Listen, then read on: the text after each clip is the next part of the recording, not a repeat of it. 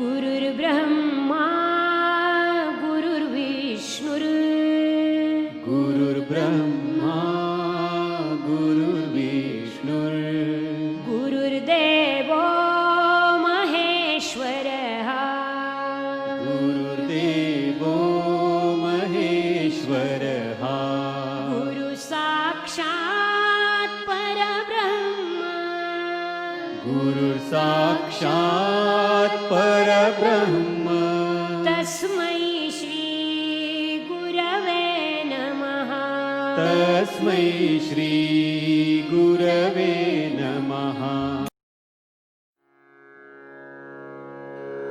ॐ नमो भगवते वासुदेवाय ॐ नमो भगवते वासुदेवाय ॐ नमो भगवते वासुदेवाय ॐ नमो भगवते वासुदेवाय ॐ नमो भगवते वासुदेवाय वासुदेवाय वासुदेवाय।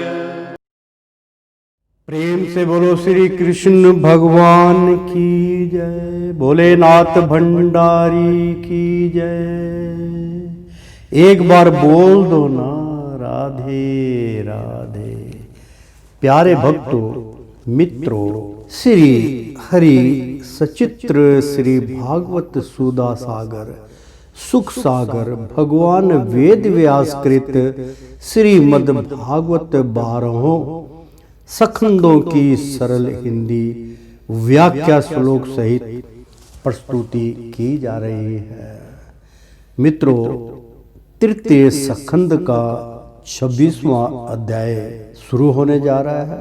मैं श्री राजेंद्र कुमार यानी कि आचार्य श्री राजेंद्र कुमार सूर्यवंशी भगवान श्री कृष्ण के चरणों की धूल, उनका शिष्य, भगवान के प्रवचन मेरे मुख द्वारा वो प्रसाद, वो यज्ञ का प्रसाद आप सब में बांटा जा रहा है। मैंने कई बार कहा है कि भगवान श्री विष्णु नारायण कृष्ण भगवान आपके द्वार पर इस कलयुग में दस्तक दे रहे हैं। बहुत सुना हुआ कलगी अवतार होने वाला है, तो अवतार से पहले वो दर्शनार्थ होते हैं, तो वो आपके द्वार द्वार पे अपने इस वाणियों के माध्यम से पहुंच रहे हैं। मेरा आपसे आग्रह निवेदन है कि आप उनका तिरस्कार ना करके सत्कार कीजिए और यज्ञ का प्रसाद ग्रहण कीजिए, वाणी को सुनिए, परमात्मा प्रसन्न होंगे। तो प्रेम से बोलो श्री कृष्ण भगवान की जय। एक बार बोल दो ना राधे राधे। मित्रों, पिछले 25वें धारावाहिक में भक्ति योग के द्वारा शांति प्राप्त करने के लिए मेरे निर्भय चरण कमलों का आश्रय लेते हैं। संसार में मनुष्य के लिए सबसे बड़ी कल्याण प्राप्ति यही है कि उसका चित्त तीव्र भक्ति योग के द्वारा मुझ में लगकर स्थिर हो जाए। तो प्रेम से बोलो श्री कृष्ण भगवान की जय। मित्रों, 26वां अध्याय हम शुरू करने जा रहे हैं। महदादि भिन्न भिन्न तत्वों की उत्पत्ति का वर्णन। श्री भगवान ने कहा, माता जी, अब मैं तुम्हें प्राकृतिक आदि सब तत्वों के अलग अलग लक्षण बतलाता हूँ। इन्हें जानकर मनुष्य प्राकृतिक के गुणों से मुक्त हो जाता है। आत्म दर्शन रूप ज्ञान ही पुरुष के मोक्ष का कारण है और वही उसकी अहंकार रूप हृदय ग्रंथि का छेदन करने वाला है। ऐसे पंडित जन कहते हैं, उस ज्ञान का मैं तुम्हारे आगे वर्णन करता हूँ। यह सारा जगत जिससे व्यापक होकर प्रकाशित होता है वह आत्मा ही पुरुष है। वह अनादि निगुण प्राकृतिक से परे अंतःकरण में स्फुरित होने वाला और स्वयं प्रकाश है। उस स्वर व्यापक पुरुष ने अपने पास लीला विलास पूर्वक आई हुई अव्यक्त और 3 गुणी आत्मा का व्यसनी माया को स्वेच्छा से स्वीकार कर लिया।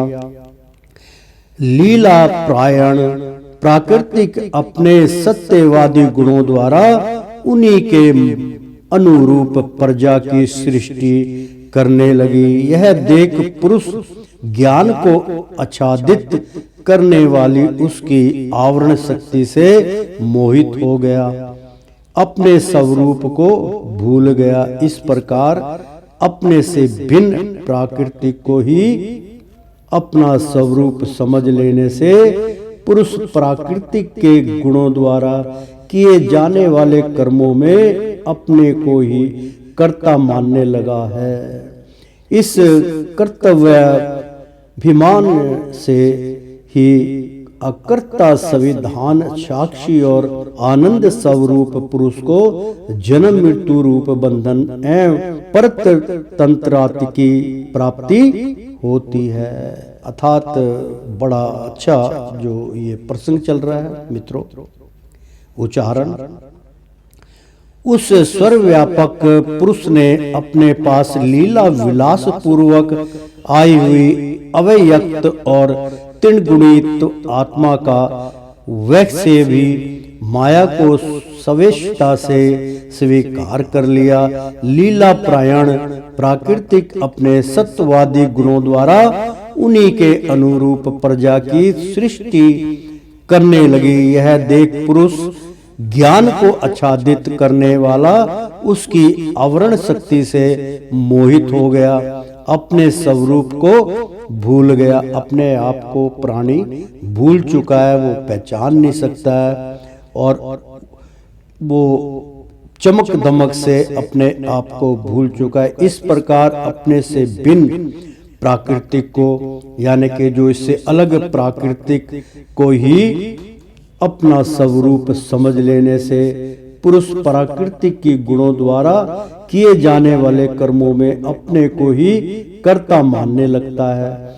इस कर्तव्य विभान से ही अकर्ता संविधान साक्षी और आनंद स्वरूप पुरुष को जन्म मृत्यु रूप बंधन एवं परतंत्रता की प्राप्ति होती है। कार्य रूप शरीर, कारण रूप इंद्रियां तथा कर्ता रूप इंद्रियां धी राष्ट्र देवताओं में पुरुष जो अपनेपन का आरोप कर लेता है, उसमें पंडित जन प्रकृति को ही कारण मानते हैं तथा वास्तव में प्राकृतिक से परे होकर भी जो प्राकृतिक हो रहा है उस पुरुष को सुख दुखों के भोगने में कारण मानते हैं। देवहूति ने कहा, पुरुषोत्तम इस विश्व के स्थूल सूक्ष्म कार्य जिनके स्वरूप है तथा जो इसके कारण है, उन प्राकृतिक और पुरुष का लक्षण भी आप मुझसे कहिए। श्री भगवान ने कहा, जो त्रिगुणात्मक अव्यक्त नित्य और कार्य कारण रूप है तथा स्वयं निर्विशेष होकर भी संपूर्ण विशेष धर्मों का आश्रय है। अर्थात मित्रों, श्री भगवान ने कहा, जो तीन गुणात्मक यानी कि जो हमारे अंदर तीन गुण विराजमान है, तो तीन गुणात्मक अव्यक्त उसी के अंदर अव्यक्त है, नित्य, रोज और कार्य कारण रूप, और जो कार्य करता उसका कारण रूप बन जाता है तथा स्वयं निर्विशेष होकर भी संपूर्ण विशेष धर्मों का आश्रय है। उस प्रधान नामक तत्वों को ही प्राकृतिक कहते हैं। 5 महाभूत, 5 तन्मात्रा, 4 अंतःकरण और 10 इंद्रियां, इन 24 तत्वों के समूह को विद्वान लोग प्राकृतिक का कार्य मानते हैं। पृथ्वी, जल, तेज, वायु और आकाश यानी कि पृथ्वी, जल, तेज, वायु, तेज का मतलब सूर्य, तेज अग्नि भी कह सकते हो आप, वायु और आकाश, ये 5 महाभूत हैं। गंध, रस, रूप, स्पर्श और शब्द, ये 5 तन्मात्र माने गए हैं।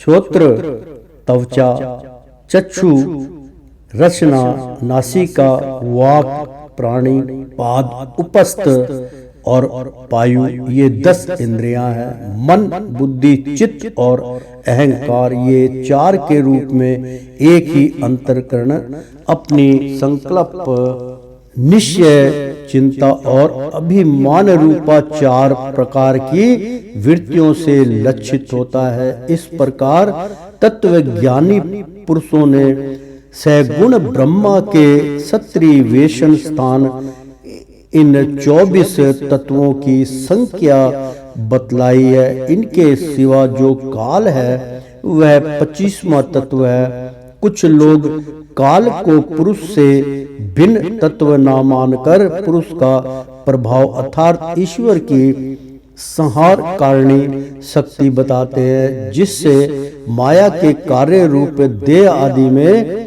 आत्म तत्व का अभिमान करके अहंकार से मोहित और अपने को कर्ता मानने वाले जीव को नियंत्रण भय लगा रहता है। मनुपुत्री, जिनकी प्रेरणा से गुणों की समयावस्था रूप निर्विशेष प्राकृतिक में गति उत्पन्न होती है, वास्तव में वे पुरुष रूप भगवान ही काल कहे जाते हैं। इस प्रकार जो अपनी माया के द्वारा सब प्राणियों के भीतर जीव रूप से और बाहर काल रूप से व्यापक हैं, वे भगवान ही 25वें तत्व है। प्रेम से बोलो श्री कृष्ण भगवान की जी। भगवान ने मनु को कहा, क्योंकि मनु की जो है वो पुत्री थी, कि मनु पुत्री, यानी कि उसकी पुत्री को कहा, जो मनु जी की पुत्री थी उनको कहा, जिनके उदर से वो कपिल उत्पन्न हुए। मनु पुत्री, जिसकी प्रेरणा से गुणों की सभ्य व्यवस्था रूप निर्विशेष प्राकृतिक में गति उत्पन्न होती है, यानी कि गुणों के कारण जो आकाश में, जो सब में जो प्राकृतिक के 3 गुण है उनकी उत्पत्ति होती, तो गति उत्पन्न होती है। वास्तव में वे पुरुष रूप भगवान ही काल कहे जाते हैं, जो तीनों काल के यानी कि तीनों गुणों के रक्षक हैं, तीनों गुणों पूरे संसार के मालिक हैं, सब उनके सारे पे चलते हैं, तो वो कहते हैं कि वो काल भी मैं हूँ, काल कहे जाते हैं। इस प्रकार जो अपनी माया के द्वारा सब प्राणियों के भीतर जीव रूप से और बाहर काल रूप से व्यापक है, वे भगवान ही 25वें तत्व हैं, यानी कि आत्मा के अंदर जो आत्मा है भगवान का ही स्वरूप है। प्रेम से बोलो श्री कृष्ण भगवान की जय। जब परम पुरुष परमात्मा ने जीवों को अदृष्ट वश क्षोभ को प्राप्त हुई संपूर्ण जीवों की उत्पत्ति स्थान रूपा अपनी माया में चिच्छिति रूप वीर्य स्थापित किया, तो उससे तेजोमय महत्त्व उत्पन्न हुआ। लय विशेष पादी रहित तथा जगत के अहंकार रूप इस महत्व ने अपने में स्थित विषयों को प्रकट करने के लिए अपने स्वरूप को आच्छादित करने वाले प्रलय काल लीन अंधकार को अपने ही तेज से पी लिया। अर्थात मित्रों, उच्चारण बहुत महत्वपूर्ण प्रसंग चल रहा है। जब परम पुरुष परमात्मा ने जीवों के अदृष्ट वश, यानी कि जीव जो है वो प्राणी जो है, जो जीव है वो किसके अंतःकरण में किससे वो अदृश्य वश है, वो क्यों मजबूर है, अदृश्य क्यों रहते हैं। तो जब परम पुरुष परमात्मा ने जीवों के अदृश्य वश लोभ को प्राप्त हुए, मतलब उनसे मोह करने वाले को प्राप्त हुए, संपूर्ण जीवों को उत्पत्ति स्थान रूपा अपनी माया में चिच्छिक रूप वीर्य स्थापित किया, यानी कि भगवान ने उत्पत्ति स्थान रूपा, यानी कि किसी चीज की उत्पत्ति करने के लिए, यानी कि जीवों की उत्पत्ति स्थान रूपा, उनकी उत्पत्ति करने के लिए वो स्थान चुना। अपनी माया से चिच्छिति रूप, यानी कि अलग अलग छितरा हुआ रूप, यानी कि उसका वीर्य स्थापित किया, तो उससे तेजोमय महत्व उत्पन्न हुआ। लय विशेष पादी रहित तथा जगत के अंकार रूप इस महत्व ने अपने में स्थित विषयों को प्रकट करने के लिए अपने स्वरूप को आच्छादित करने वाले प्रलयकालीन अंधकार को अपने ही तेज से पी लिया। जो सत्गुण में स्वस्थ शांत और भगवान की उपलब्धि का स्थान रूप चित्त है, वही महत्व और उसी को वासुदेव कहते हैं। बहुत अच्छा प्रसंग है। अर्थात जो सत्गुण में, यानी कि जो प्राणी के अंदर सत्गुण की प्राप्ति है, स्वच्छ मतलब वो बिल्कुल साफ सुथरा, शांत, बिल्कुल शांत स्वभाव और भगवान की उपलब्धि का स्थान रूप चित्त है। मतलब हमारा जो चित्त है, हमारा जो चिंतन है, वही भगवान स्वरूप है, वही महत्व है और उसी को वासुदेव कहते हैं। यानी कि हमारी अंतर आत्मा में जो आत्मा है उसी को वासुदेव कहते हैं। प्रेम से बोलो श्री कृष्ण भगवान की जय।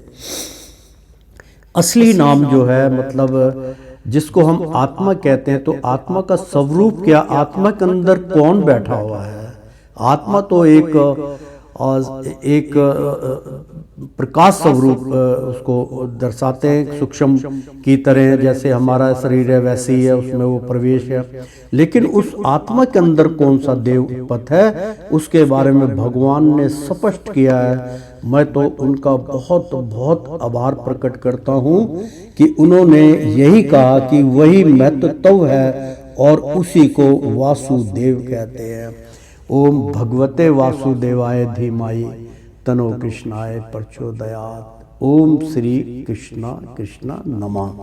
तो पूरा महामंत्र है वासुदेव, उसी को कहते हैं। जिस प्रकार पृथ्वी आदि अन्य पदार्थों की संसर्ग से पूर्व जल अपनी स्वाभाविक फेन तरंगादित अवस्था में अत्यंत स्वस्थ विकार शून्य व शांत हो जाता है, उसी प्रकार अपनी स्वाभाविक की अवस्था की दृष्टि से समस्त तत्व, अविक्रांत तत्व और शांत तत्व ही वृत्तियों सहित चित्त का लक्षण कहा जाता है। तद अंतर भगवान की वीर्य रूप चित्त शक्ति से उत्पन्न हुए महत्व के विकृत होने पर उससे क्रिया शक्ति प्रदान अहंकार उत्पन्न हुआ। वह वैकृक तेजस और तामस भेद से 3 प्रकार का है। उसी से क्रम से मन, इंद्रियां और पंच महाभूतों की उत्पत्ति हुई। इस भूत, इंद्रिय और मन रूप अहंकार को ही पंडित जन साक्षात संकर्षण नामक सहस्त्र सिर वाले अंतर देव कहते हैं। प्रेम से बोलो श्री कृष्ण भगवान की जय। उच्चारण तदंतर भगवान की वीर्य रूप, मतलब भगवान ने जो हमारे अंदर वीर्य की शक्ति उत्पन्न की, उसी से सृष्टि चलती है। मित्रों, तात्पर्य भगवान ने अपना, उनके पास तो समुद्र के भांति वीर्य शक्ति है, सब प्राणियों के अंदर उन्होंने वो प्रवेश कर दी ताकि आगे उनकी सृष्टि चलती रहे। तो वीर्य रूप चित्त शक्ति से, मतलब चिंतन जो है वो शक्ति से उत्पन्न हुए महत्व के विकृत होने पर, जो आपका उसका महत्व है, उसका जब विकृत हो जाता है, जब वो बिखर जाता है, जब उसको किसी में इंटरेस्ट कर देते हैं, तो होने पर उससे क्रिया शक्ति प्रदान, यानी कि उससे कर्म शक्ति प्रधान अहंकार उत्पन्न हुआ। उससे एक अहम अहंकार उत्पन्न होता है। अहंकार का मतलब होता है घमंड नहीं मित्रों। इस अहंकार का मतलब है कि भाई मैं प्रधान हूँ, मेरे उत्पत्ति से ये सब कुछ हुआ। तो उससे, क्योंकि वो शक्ति से जो है अहंकार उत्पन्न हुआ, वह वैकृक तेजस यानी कि सबसे अधिक तेज वाला, और तामस यानी कि तामसु गुण वाला भेद से 3 प्रकार का है, तमोगुण, रजोगुण और सतोगुण। उसी से क्रम से और उसी से कर्म बनते हैं और सारी इंद्रियां उसी पे नाचती हैं, उसी क्रम से ऐसे मन, इंद्रियों और 5 महाभूतों की उत्पत्ति, उसी से 5 महाभूत उत्पन्न हुए। इस भूत, इंद्रियां और मन रूप अहंकार को ही पंडित जन साक्षात संकड़न नामक सहस्त्र सिर वाले अनंत देव कहते हैं, कि जिनका यानी कि विराट रूप की यहाँ पे गणना की है उन्होंने। भगवान कपिल बतला रहे हैं कि भूत, इंद्रिय और मन रूप, मतलब मन में जो मन का कौन सा रूप है। मन एक अहंकार को की रूप में धारण है हमारे अंदर, तो अहंकार को ही पंडित जन जो विद्वान लोग हैं साक्षात यानी कि संकसण यानी कि शंख समेत नामक सहस्त्र सिर वाले अनंत देव कहते हैं। यानी कि शंख उन्होंने हाथ में लिया हुआ, तो उनका जो विराट रूप है तो सहस्त्र सिर वाले यानी कि उनके सर की कोई गणना नहीं है, वो अनेकों शीश वाले अंतर्देव कहते हैं। वही अंतर्देव है, वही हमारे अंतरकण में विराजमान है। इस अहंकार का देवता रूप से कर्तव्य, इंद्र रूप से कारण तत्व और 5 भूतों रूप से कर्तव्य लक्षण है, तथा सत्य आदि गुणों के संबंध से शांत तत्व, घोर तत्व और मूढ़ तत्व भी इसके लक्षण है। यानी कि सत्यवादी, जो सत्य को मानते हैं, जो सत्यवादी लोग हैं, वो इस संसार में बड़ा मुश्किल हो रहा है उनका जीना। मित्रों, मैं हस्तक्षेप नहीं कर रहा हूँ, क्योंकि सत्य और प्रेम दोनों लुप्त हो चुके हैं। तो सत्यवादी जो है उनको बड़ा कुछ कष्ट सहना पड़ता है, लेकिन वो भगवान हरि के प्रिय होते हैं। तो सत्य आदि गुणों के जो सत्य गुणी होते हैं, यानी कि सत्व गुणी के संबंध से शांत तत्व मतलब बिल्कुल शांत रहते हैं, घोर तत्व मतलब बहुत घोर तपस्या करते हैं, और मूढ़ तत्व भी इसके लक्षण हैं। मतलब जो आदमी मूढ़ होता है, मतलब जैसे कि बिल्कुल मूर्ख हो गया है, भगवान का भजन करते करते ये मगन मन हो गया है, और इसके अंदर जो है ऐसी शक्तियां उत्पन्न हो गई हैं, ये पागल है। तो भगवान के भजन करते करते, भगवान के गुणगान करते करते वो कई बारी ऐसी हरकत करने लग जाता है कि वो पागल हो जाता है। तो मूढ़ तत्व यानी कि पागल की तरह वो हरकत करने लगता है, तो भी इसी के लक्षण है। तब भी शांति मन वाले का यही लक्षण होता है। उपयुक्त 3 प्रकार के अहंकार में से वैकृत अहंकार के विकृत होने पर उससे मन हुआ, जिसके संकल्प विकल्पों से कामनाओं की उत्पत्ति होती है। यह मन सत्य तत्व की इंद्रियों के अधिष्ठा अनिरुद्ध के नाम से प्रसिद्ध है। योगी जन शरतकालीन यानी कि सर्दियों के समय शरतकालीन नीलम कमल के समान श्याम वर्ण वाले इन अरुण द्वारजी की स्ने स्ने मन को वशीभूत करके आराधना करते हैं। साध्वी फिर तेजस अहंकार में विकार होने पर उससे बुद्धि तत्व उत्पन्न हुआ। वास्तु का पूर्ण रूप विज्ञान और इंद्रियों के व्यापक में सहायक होना, पदार्थों का विशेष ज्ञान करना, ये बुद्धि के कार्य है। वृत्तियों के भेद से संशय, विपरीत ज्ञान, निश्चय, सब प्रति और निंद्रा भी बुद्धि के ही लक्षण है। यह बुद्धि तत्व ही प्रदुमन है। इंद्रियां भी तेजस अहंकार ही कार्य है। कर्म और ज्ञान के विभाग से उनके कर्म इंद्रियां और ज्ञान इंद्रियां 2 भेद हैं। इनमें कर्म प्राण की शक्ति है और ज्ञान बुद्धि की। बहुत अच्छा प्रसंग है मित्रों, मैं इसका थोड़ा सा उच्चारण करके बतलाता हूं कि साध्वी बहुत जो सादी मतलब जिसके अंदर बिल्कुल निर्मलता आ जाती है उसको साध्वी बोलते हैं। साध्वी फिर तेजस, यानी कि जिसके अंदर तमोगुण की उत्पत्ति हो, जो बहुत तेजस होता है, जो सूर्य के समान अग्नि वाला होता है, तेज अहंकार, बहुत अहंकार उत्पन्न हो जाता है। तो अहंकार में विकार, उसी अहंकार से विकार उत्पन्न होते हैं। विकार होने पर उससे बुद्धि तत्व उत्पन्न हुआ, उसी से बुद्धि जो है वो बहुत तीव्र गति से चलती है, उसी से बुद्धि तत्व उत्पन्न हुआ, उसी से उसकी रचना हुई। वस्तु का सपूर्ण रूप विज्ञान और इंद्रियों के व्यापक में सहायक होना, यानी कि वस्तु का जो कोई सामान देखते हैं हम, कोई चीज बनती है, जैसे जहाज बना है, कोई ऐसे ऐसे मटके बने,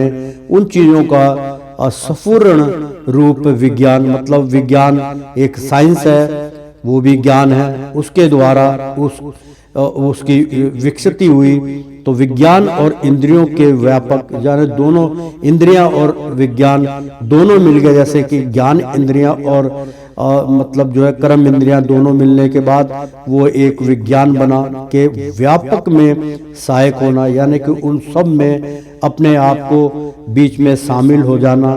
पदार्थों का विशेष ज्ञान करना, मतलब कौन सा पदार्थ क्या काम करता है, कौन सा किसका क्या विशेषण है, तो विशेष ज्ञान करना ये बुद्धि के कार्य है। बुद्धि के कारण हमें पता चलता है कि ये पॉइजन है, ये अमृत है, ये मीठा है, ये खट्टा है, इस जगह जाना है, इस जगह पे नहीं जाना है, ये पेड़ है, ये पृथ्वी है, सब कुछ उसी से ज्ञान बुद्धि के द्वारा उत्पन्न होता है। तो बुद्धि के कार्य हैं।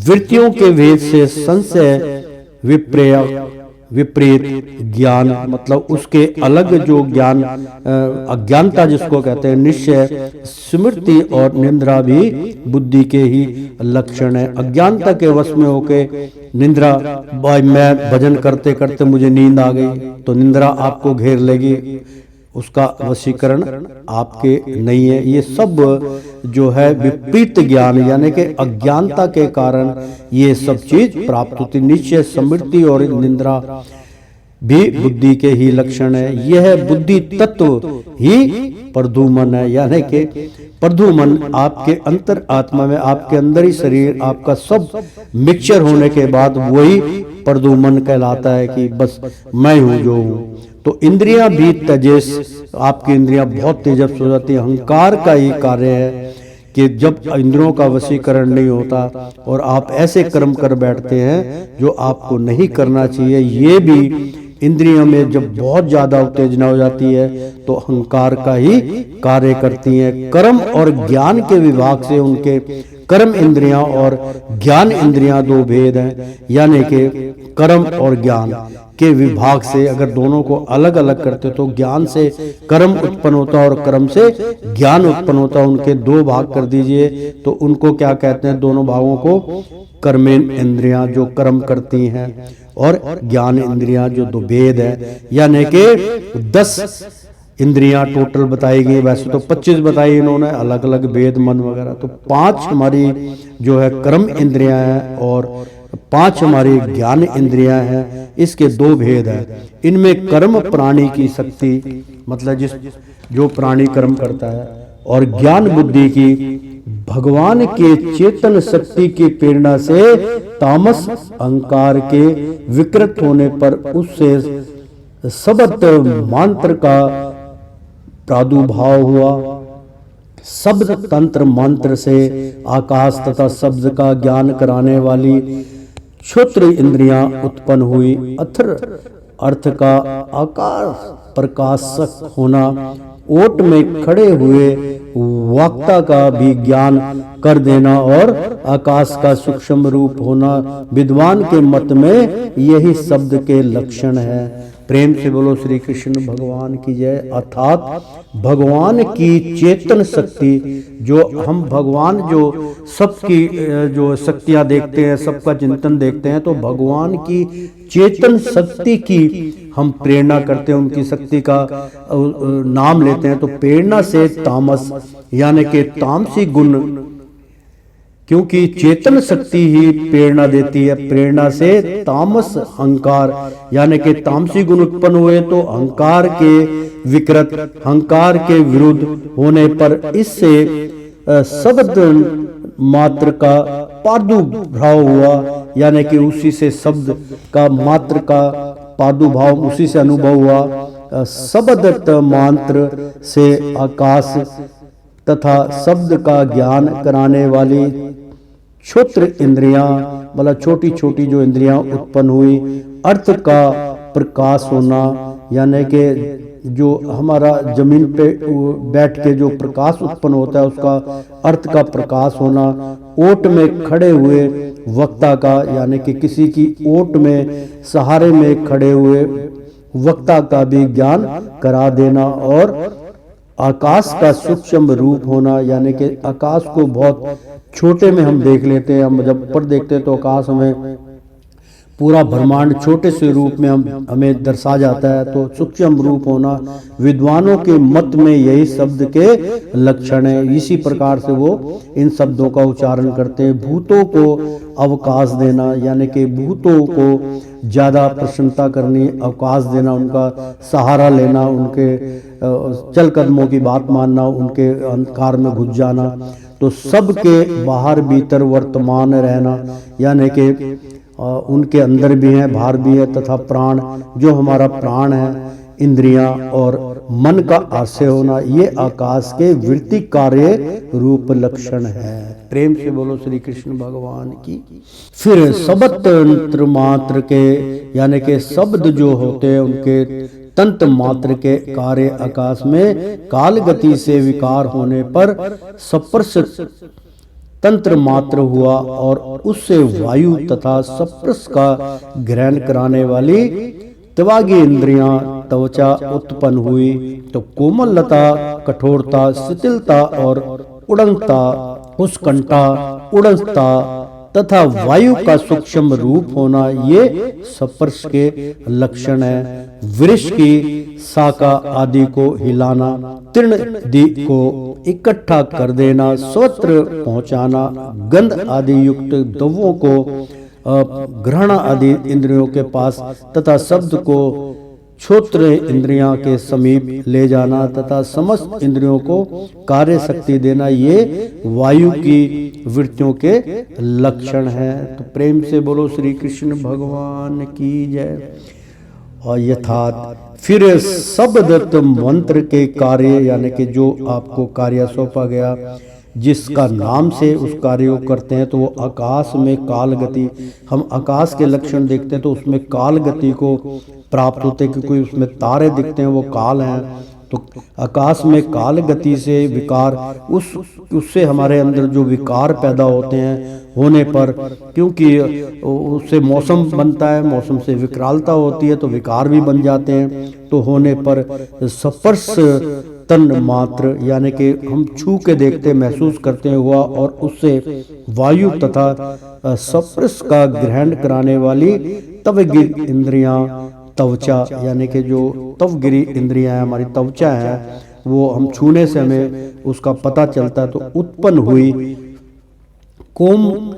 कोमलता, यानी कि बिल्कुल कोमल, कठोरता बहुत सख्त, शीतलता बहुत शांत ठंडी, और उड़नता यानी कि बहुत तीव्र गति को चलने वाली, तथा वायु का, यानी कि वायु है, तथा वायु का सूक्ष्म रूप होना। वायु हमें दिखती नहीं है इसलिए उसको सूक्ष्म माना जाता है, लेकिन गति उसकी उड़नता होती है, बहुत तेज गति होती है। ये स्पर्श के लक्षण है, इसे हम महसूस कर सकते हैं। वृक्ष की शाखा, जो वृक्ष की शाखा होती है वो मजबूत होती है, उसी पे पत्ते होते हैं, उसी में वृक्ष टिका होता है। तो वृक्ष की शाखा आदि को हिलाना, यानी कि वृक्ष की टहनियों को हिला के हम महसूस करते हैं कि ये वृक्ष है और इसके अंदर जान है। तो तृण आदि को इकट्ठा कर देना, यानी कि उससे जो उत्पाद उत्पन्न होते हैं उसको इकट्ठा कर लेना, इकट्ठा कर देना, सर्वत्र पहुंचाना, मतलब स्वयं उसका उपयोग करना। गंध आदि मतलब सुगंध युक्त जो द्रव्य को, यानी कि जो चीज खुशबू से पता चलती है, तो द्रव्य को ग्रहण आदि इंद्रिय के पास, तथा मतलब खुशबू करके जैसे नाक में ले गए तो उसको ग्रहण करते हैं इंद्रियों के पास, तथा शब्द को श्रोत्र इंद्रियां के समीप, मतलब छोटी छोटी इंद्रियों के पास, जैसे आंख है उससे हम बहुत बारीक की चीज देख लेते हैं, दूर की भी देख लेते हैं, तो श्रोत्र इंद्रियां के समीप ले जाना, तथा समस्त इंद्रियों को कार्य शक्ति देना। भाई हाथ है, हाथ का ये काम करना है, आंखों से देखना है, तो पैरों से मारना है, वजन सर पे उठाना है, ये सब इंद्रियों के कार्य शक्ति उसी से प्राप्त होती है। ये वायु की वृत्तियों के लक्षण है, वायु से ही ये सब कुछ प्राप्त होता है। तद अंतर देवी की प्रेरणा से स्पर्श तंत्र मात्र विशिष्ट वायु के विकृत होने पर उससे रूप तंत्र मंत्र यानी कि रूप पतन मात्र हुए, तथा इससे तेज और रूप को उपलब्ध कराने वाली नेत्र इंद्रियों का प्रादुर्भाव हुआ, यानी कि इंद्रियां उसी से संचालित हुई। साध्वी वस्तु के आकार का बोध करना गौण होता है, दिव्य के अंग रूप से व्यतीत होता है। दिव्य का जैसा आकार, प्रकार और परिमाण आदि हो, उसी रूप में उपलक्षित होना, तथा तेज का स्वरूप भूत होना, ये सब रूप पत्र मंत्र की वृत्तियां है। चमकना, पकाना, शीत को दूर करना, सुखाना, भूख प्यास पैदा करना और उनकी निवृत्ति के लिए भोजन एवं जल पान करना, ये तेज ही वृत्तियां हैं। प्रेम से बोलो श्री कृष्ण भगवान की जय। फिर देव की प्रेरणा को, मतलब जो देव है उनकी प्रेरणा से सब पत्र मात्र में तेज के विकृत होने पर उससे रस्त तन मात्र हुआ, और उससे जल तथा रस को ग्रहण कराने वाली रसो इंद्रियां जीवा उत्पन्न हुई, मतलब उसी के लिए जीवा उत्पन्न हुई। रस अपने शुद्ध स्वरूप में एक ही है, किंतु अन्य भौतिक पदार्थों के संयोग से वह कसेला, मीठा, तीखा, कड़वा, खट्टा और नमकीन आदि ग्रह प्रकार का हो जाता है। गीला करने मिट्टी आदि को पिंडकार बना देता है। तृप्त करना, जीवित रखना, प्यास बुझाना, पदार्थों को मृदु कर देना, ताप की निवृत्ति करना और कूपदी में से निकाल लिए जाने पर भी वहां बार बार पुण्य प्रकट हो जाना, ये जल की वृत्तियां है। प्रेम से बोलो श्री कृष्ण भगवान की जय। अभी जीवा के बारे में बताया कि एक जीव है, उसके अंदर कितने प्रकार के जो है स्वादिष्ट व्यंजन का पता चलता है। तो उच्चारण के गीला करना यानी कि किसी चीज को भिगो देना, मिट्टी आदि को पिंडकार यानी कि मिट्टी से कोई मूर्ति या कोई पिंड बना देना, तृप्त करना यानी कि अपने आप को तृप्त कर लेना, अपने आप को महसूस करना मैंने ये कार्य किया है। जीवित रखना, उसको मतलब नष्ट नहीं होने देना, उसके चार दीवारी कर देनी या उसको। तो प्यास बुझाना, अगर कोई प्यासा है, हमें प्यास लगी तो हम उस प्यास को बुझाएंगे। पदार्थों को मुर्दू कर देना, मतलब जो पदार्थ हैं उनको बना के अच्छे तरीके से उसका सेवन करना। ताप की निवृत्ति यानी कि मतलब जो अग्नि है उसका इस्तेमाल करना, निवृत्ति करना। और कुपदी में यानी कि बहुत छोटे से और बड़े में से निकाल लिया जाने पर भी वहां बार बार पुण्य प्रकट हो जाना, ये जल की वृत्तियां हैं। मतलब छोटे से छोटे बर्तन में, बड़े से बड़े तालाब में, समुद्र में भी उसको हम जल को निकाल सकते हैं, छोटे पात्र में डाल सकते हैं। प्रेम से बोलो श्री कृष्ण भगवान की जय। इसके पश्चात देव प्रेतित रस स्वरूप जल के विकृत होने पर इससे गंध तत्व मात्र हुआ और इससे पृथ्वी तथा गंध को ग्रहण कराने वाली ग्रहण इंद्रियां प्रकट हुई। गंध एक ही है, तथापि परस्पर मिले हुए दिव्य भागों की न्यूनाधिकता से वह मिश्रित गंध, दुर्गंध, सुगंध, मृदु, तीव्र और अमल, खट्टा आदि यानी कि अमल का मतलब होता है कि कोई नशे वाली चीज हो गई है, खट्टा आदि अनेक प्रकार का हो जाता है।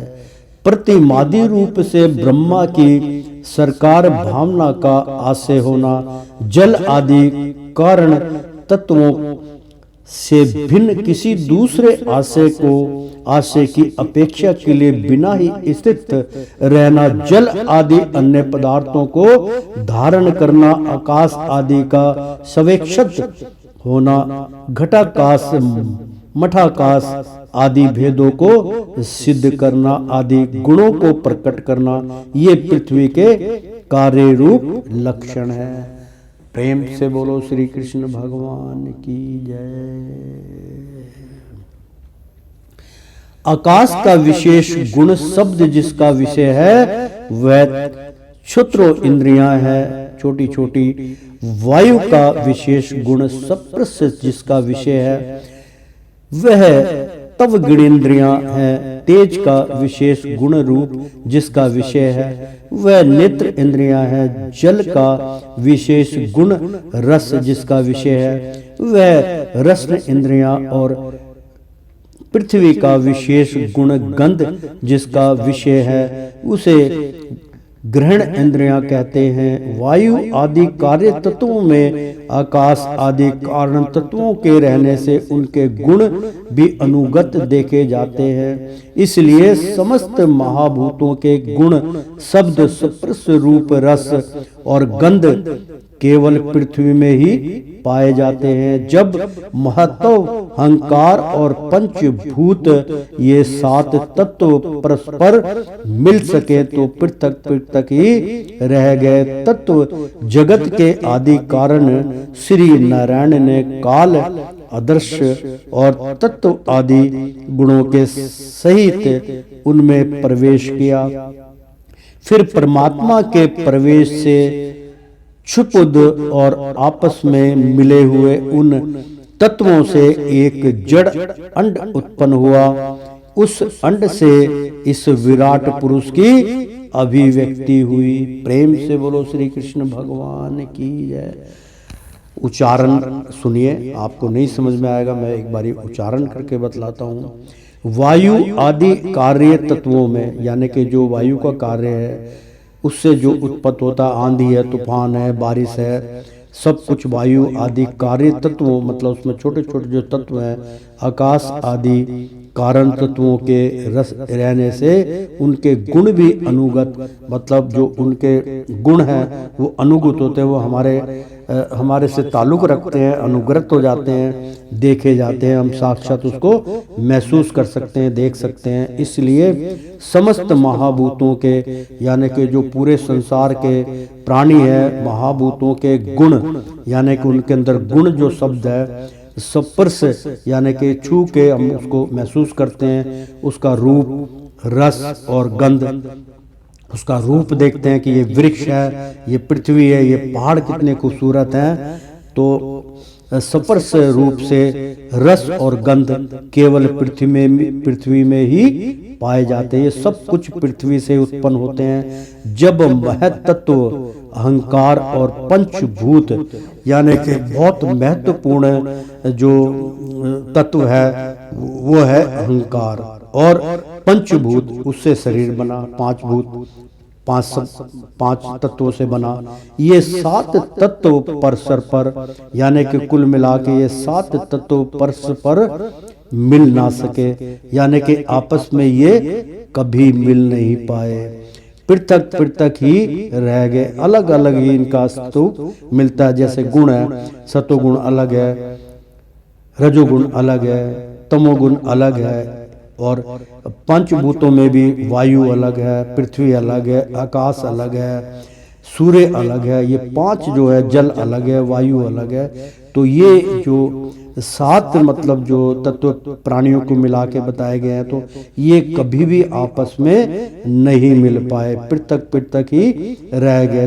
तब जगत के आदि कारण, मतलब जो जगत के जो रक्षक बने, जो जगत के उत्पादक बने, जो जगत को जन्म देने वाले बने, जो उत्पत्ति करने वाले, जब ये देखा कि सब अलग अलग है तो इनको कैसे आपस में संजोया जाए, तब जगत के आदि कारण, जो जगत के रचयिता थे, आदि कारण भगवान श्री नारायण ने, मतलब वही आदि कारण है श्री नारायण ने, काल यानी कि जो करना है, काल अदृश्य मतलब जो अदृश्य कभी किसी को दिखते नहीं, और सत्यवादी हमेशा वो सत्य को गुणों को सत्यवादी हैं, तो सत्यवादी गुणों के सहित उनमें प्रवेश किया।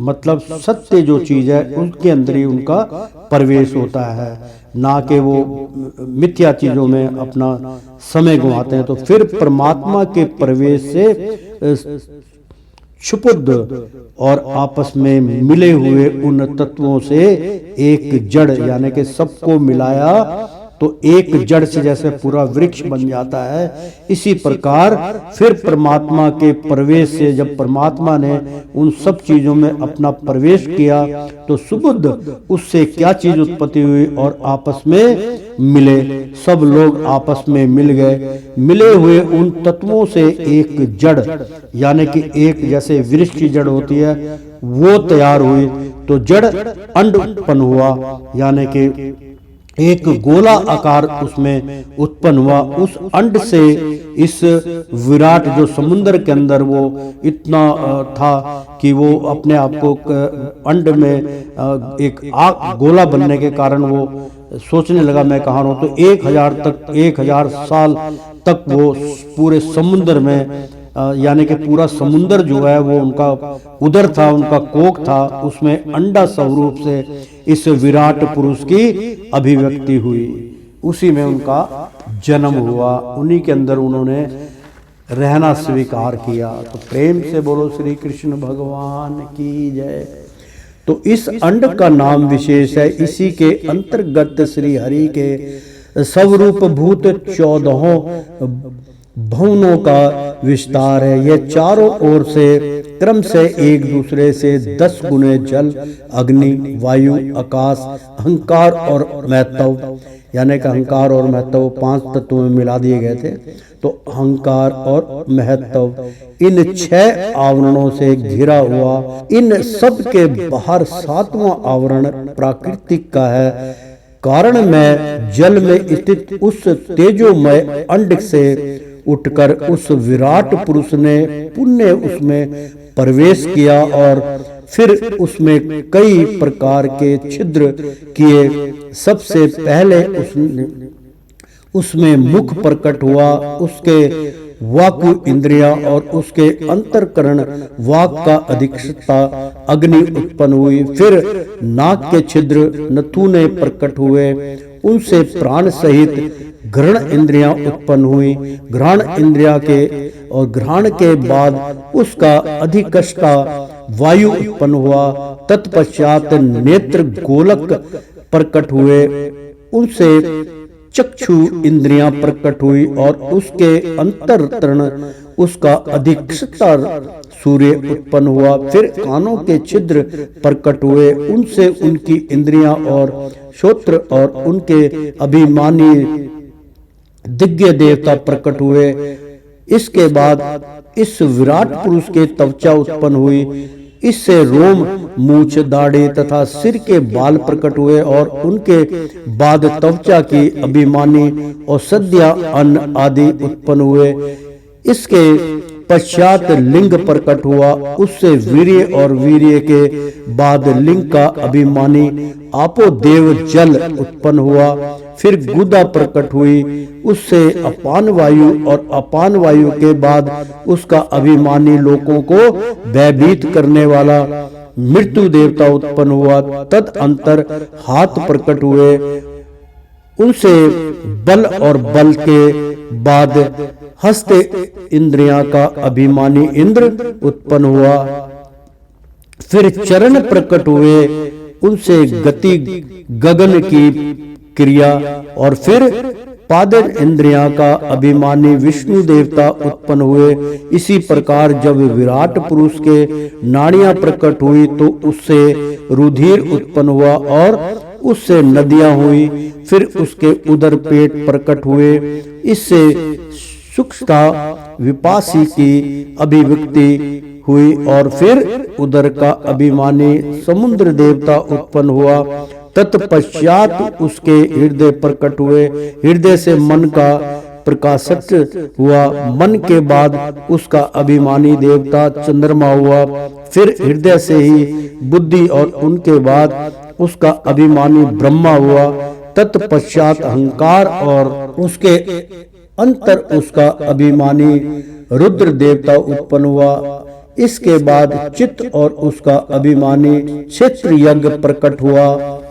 मित्रों, तात्पर्य ये हुआ कि भगवान का जो विराट रूप है, पहले इस पृथ्वी पे सारे गुणों को मिलाया गया, सब पृथक पृथक थे और उनको मिलने के बाद वो एक अंडा आकार हो गया। जैसे कि एक जड़ है, जड़ जब तक वो जड़ इकट्ठा नहीं होगी, पृथक पृथक होगी तो पेड़ नहीं बनेगा। तो जड़ एक तरफ प्रकट हुई तो उससे ऊपर वृक्ष लगे। इसी प्रकार से संसार है। भगवान कहते हैं कि उसके बाद सब कुछ मुझसे उत्पत्ति हुई और इसी प्रकार संसार की उत्पत्ति होती है। हर बालक जो उत्पन्न होता है बिल्कुल उसी की तरह जैसे भगवान जन्म लेते हैं। इसलिए कहते हैं कि बालक जो है वो भगवान का रूप होते हैं और जो कन्या होती हैं वो देवी स्वरूप होती हैं। बिल्कुल सत्य है मित्रों, उनके साथ ऐसा दुर्व्यवहार नहीं करना चाहिए। भगवान के रूप ही होते हैं, भगवान जैसी वो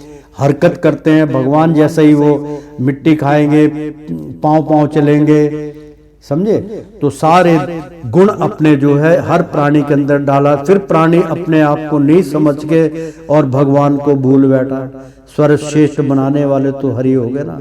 सीधा सा उच्चारण है मित्रों कि सब कुछ उनमें अर्पण है। हमारा शरीर उन्हीं से बना हुआ है। जब अपने से उन्होंने तुलना हमारी की है तो हमें उनका आश्रय लेना चाहिए। तो इसके बाद चित्त और उसका अभिमानी क्षेत्र यज्ञ प्रकट हुआ। जब ये क्षेत्र यज्ञ के अतिरिक्त सारे देवता उत्पन्न होकर वे विराट पुरुष को उठाने में असमर्थ रहे तो उसे उठाने के लिए क्रम से फिर अपने अपने उत्पत्ति स्थान में वर्षित होने लगे।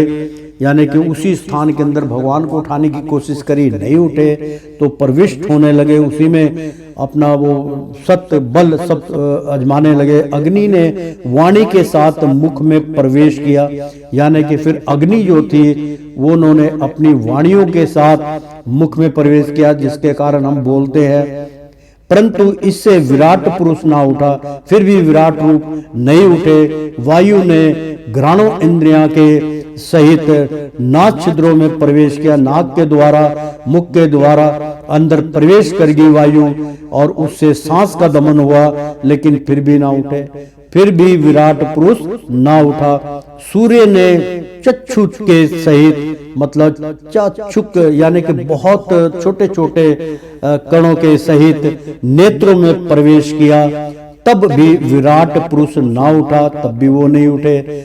दिशाओं ने स्वर्ण इंद्रियों के सहित कानों में प्रवेश किया तो भी विराट पुरुष ना उठा।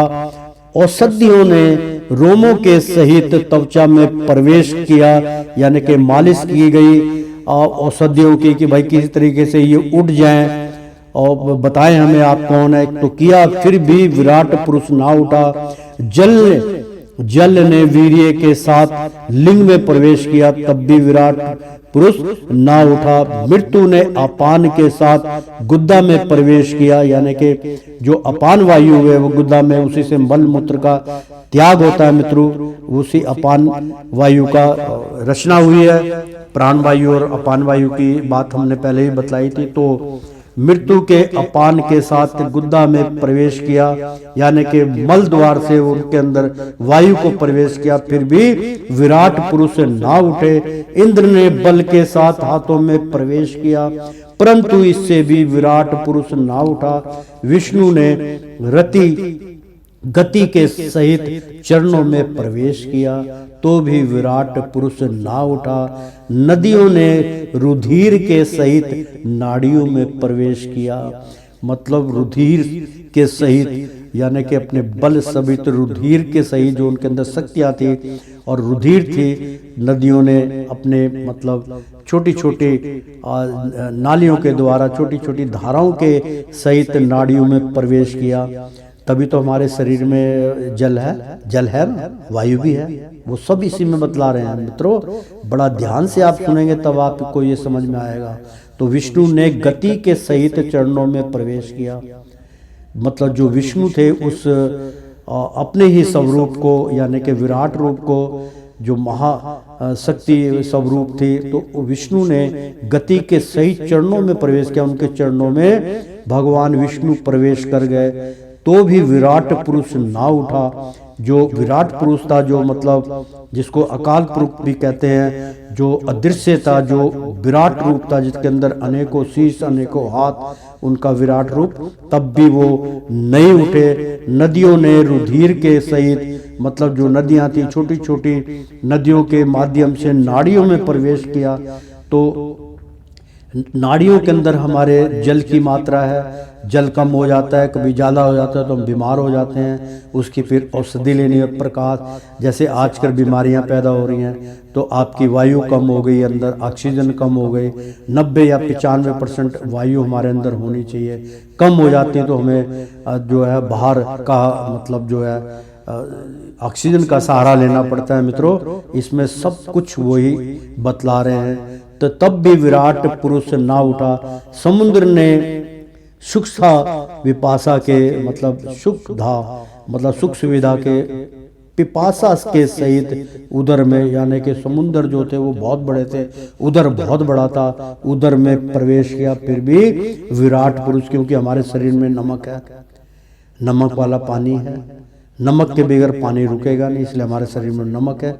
उसी का इसमें कि प्राणी की मतलब कैसे उत्पत्ति हुई उसके बारे में सब विशेष जो है बातें बतलाई जा रही है कि समुद्र ने क्षुधा पिपासा के सहित, यानी कि अपनी जो बल शक्ति और पिपासा था सहित उदर में प्रवेश किया। मतलब सब कुछ लेके, नमक उमक सब पानी सब कुछ लेके उदर में उनके प्रवेश कर गए। फिर भी विराट पुरुष ना उठा। चंद्रमा ने मन के सहित हृदय में प्रवेश किया, मतलब जो मन के का द्वार था, जो भारी मन था, और अंतरकण मन तक चंद्रमा जो है शीतलता भरपूर किए उनके अंदर प्रवेश कर गए। तो हृदय में प्रवेश किया तो भी विराट पुरुष ना उठा। ब्रह्मा ने बुद्धि के सहित हृदय में प्रवेश किया।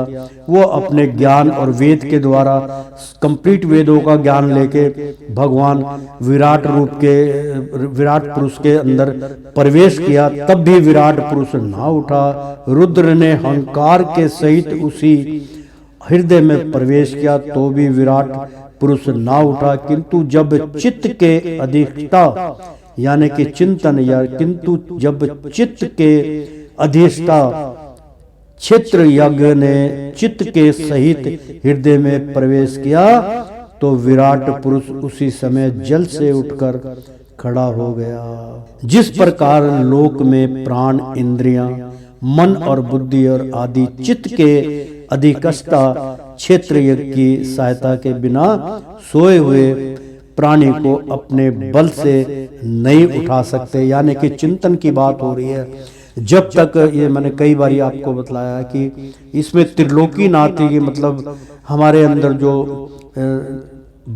आइस ब्रो है, मतलब भौवें हैं हमारी आंखों के बीच में जहाँ हम तिलक लगाते हैं, और तिलक इसीलिए लगाया जाता है कि वहाँ पर एक शांति प्रिय भगवान शिव का आगमन है, और वो आज्ञाकारी भगवान शिव तीसरी आंख लेके बैठे हैं। तो जब तक वो आज्ञा नहीं देते हमारी कोई भी इंद्रियां काम नहीं करती। तो वो वहां तक पहुंचने के लिए अभी उसको किसी ने नहीं छेड़ा था, तो त्रिकुटी में प्रवेश करने के लिए उन्होंने मतलब जो है बुद्धि के द्वारा भी वो चित्त में नहीं गए। तो चित्त के अधिष्ठा क्षेत्र यज्ञ की सहायता के बिना सोए हुए प्राणी को अपने बस में, यानी कि आप उसके अलावा उठ भी नहीं सकते हैं। तो उसी प्रकार विराट पुरुष को भी वे क्षेत्र यज्ञ मतलब जो है त्रिकुटी है, वो हमारा क्षेत्र यज्ञ है, परमात्मा के बिना नहीं उठा सके। अतः भक्ति, वैराग्य और चित्त की एकाग्रता से प्रकट हुए ज्ञान के द्वारा उस अंतर आत्मा स्वरूप क्षेत्र यज्ञ को इस शरीर में स्थित जानकर उसका चिंतन करना चाहिए। तो प्रेम से बोलो श्री कृष्ण भगवान की जय। ओ श्रीमन नारायण नारायण हरि हरि। तेरी लीला सबसे न्यारी न्यारी, बोलो हरि हरि। श्रीमन नारायण नारायण हरि हरि। एक बार बोल दो ना।